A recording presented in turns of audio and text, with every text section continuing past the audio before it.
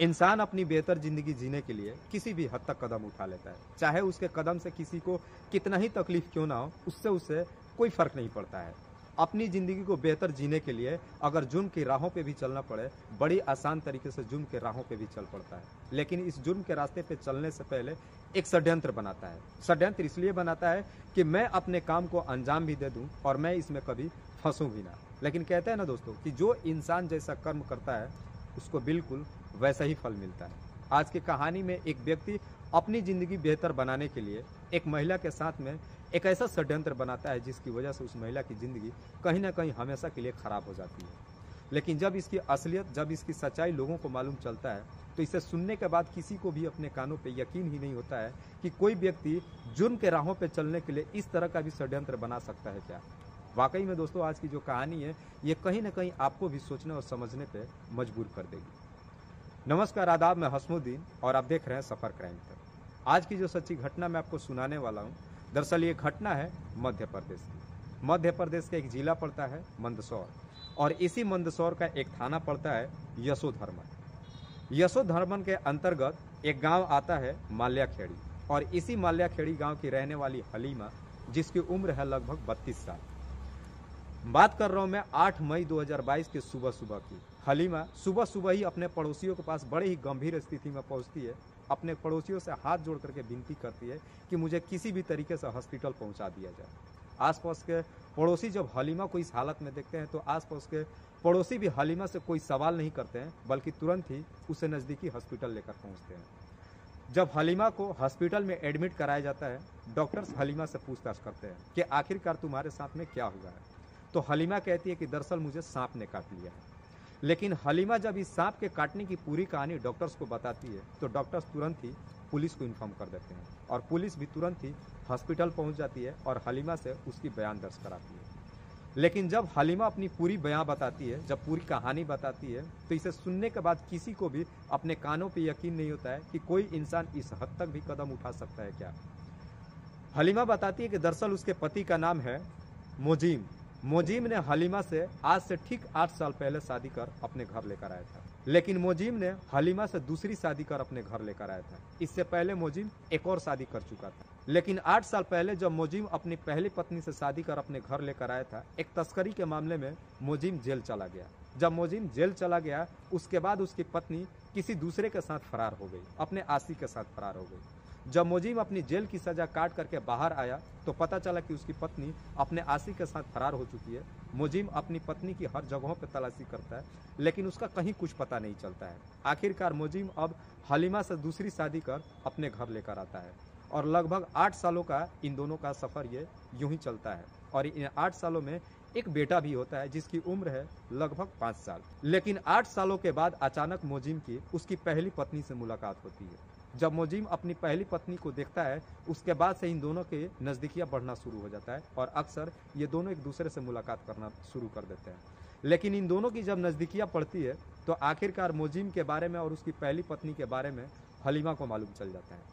जब हलीमा को मालूम चलता है तो वो अपने पति मोजीम से इस बात को लेकर के विरोध करना शुरू करती है। जब हलीमा विरोध करना शुरू करती है तो इसी बात से लेकर के मोजीम और हलीमा के बीच में काफ़ी लड़ाई झगड़े होते हैं और इसी बात को लेकर के मोजीम अपनी पत्नी हलीमा को काफ़ी मार पिटाई भी करता है। लेकिन मोजीम अपनी पहली पत्नी को अब अपने जीवन में फिर से लाना चाहता है। इसी बात को लेकर के एक दिन मोजीम अपनी पहली पत्नी से अपनी ज़िंदगी में वापस लाने की बात कहता है।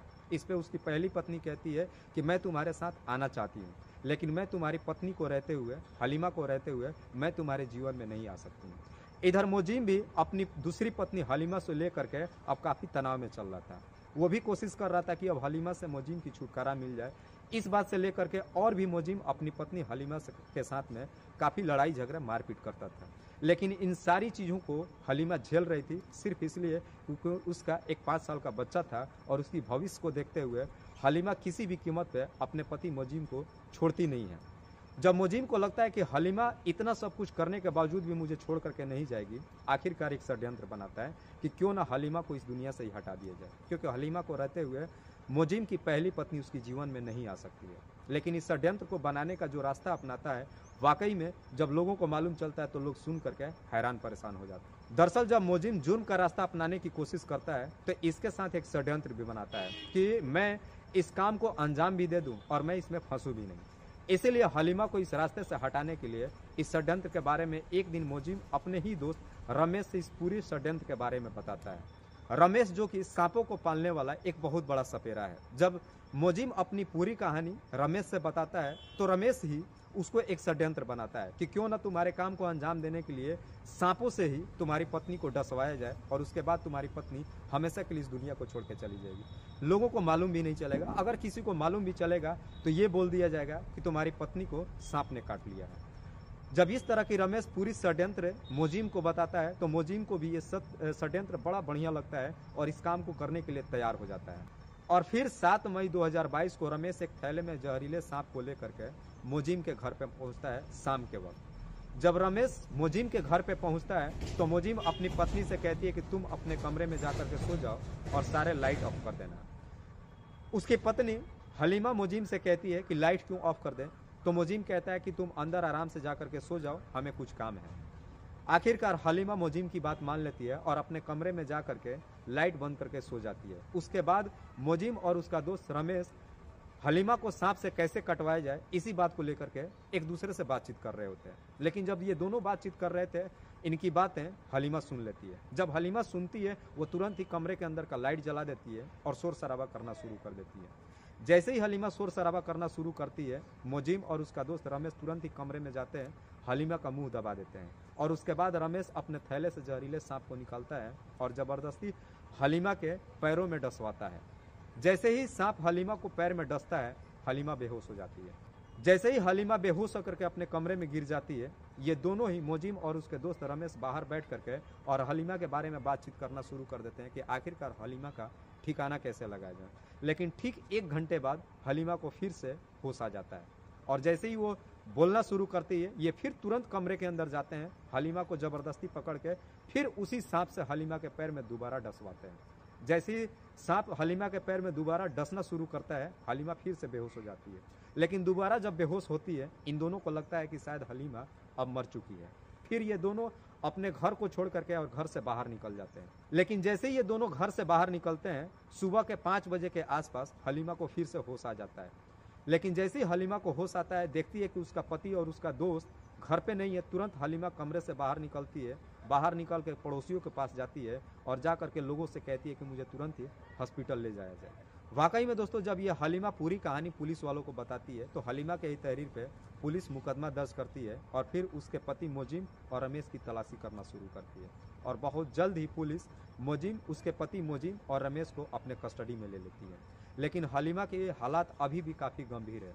वहाँ के डॉक्टर ने उसे वहाँ से रेफर करके और उदयपुर हॉस्पिटल में भेज दिया है।